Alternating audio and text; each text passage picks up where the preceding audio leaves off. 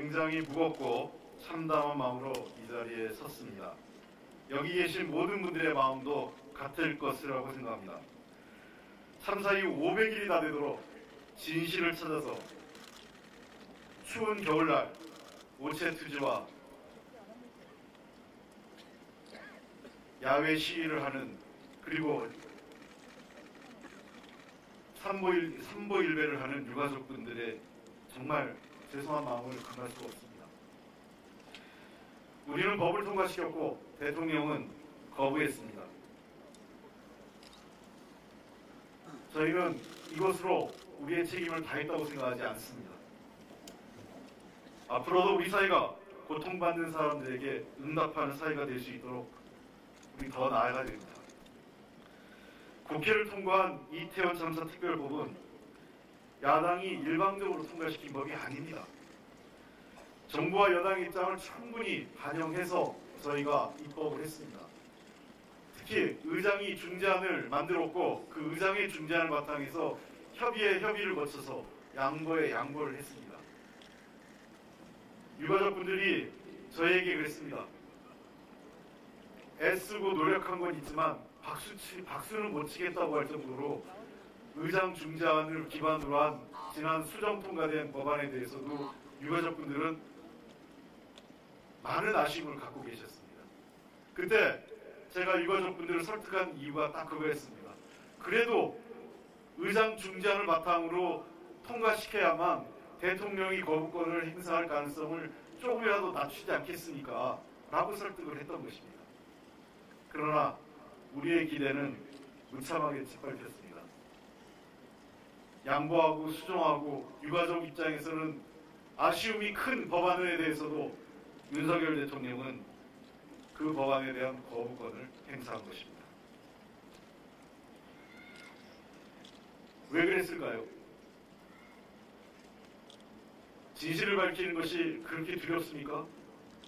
진실이 드러날 경우 도대체 누가 그 진실 앞에 책임을 져야 되는지 그것이 두려웠습니까? 거부권을 쓴 대통령이 제시한 방안은 유가족과 국민을 두 번 모욕 주는 거였습니다. 마치 유가족과 희생자분들이 돈 몇 푼 바라는 사람들처럼 매도한 것입니다.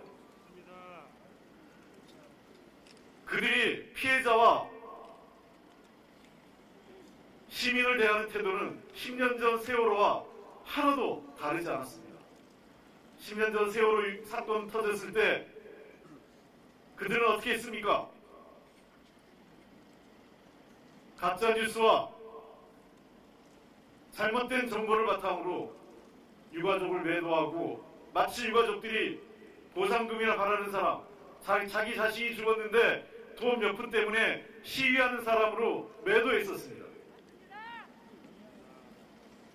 지금 역시 돈 몇 푼 제시하면서 자기 할 일 다 했다라는 게 정부의 태도입니까? 그게 윤석열 대통령의 사람을 대하는 방식입니까? 옳지 않습니다. 유가족분들께서는 단 한 번도 저에게 보상이나 배상 얘기를 말씀하신 분도 없습니다. 늘 저희와 다른 동료 의원들을 만났을 때마다 유가족분들이 한 얘기는 한결같았습니다. 그날의 진실을 알고 싶다.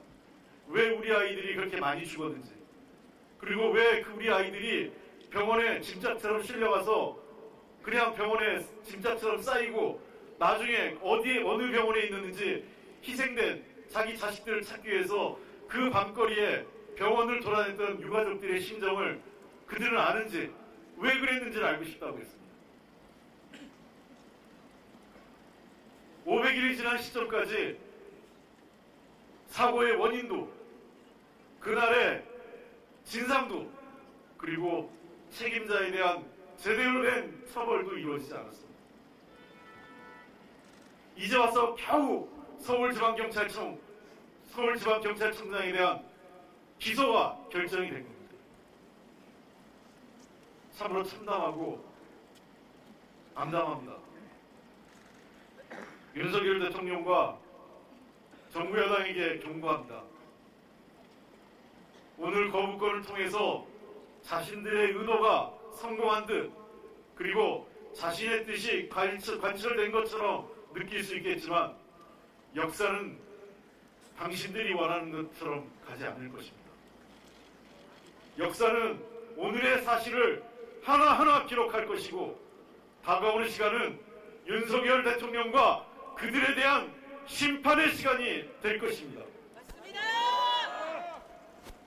우리는 좌절하지도 절망하지도 않습니다. 다시 시작하겠습니다. 다가오는 윤석열 정권의 심판의 시간을 우리는 재촉하고 당기면서 끝까지 싸우겠습니다. 여러분, 고맙습니다.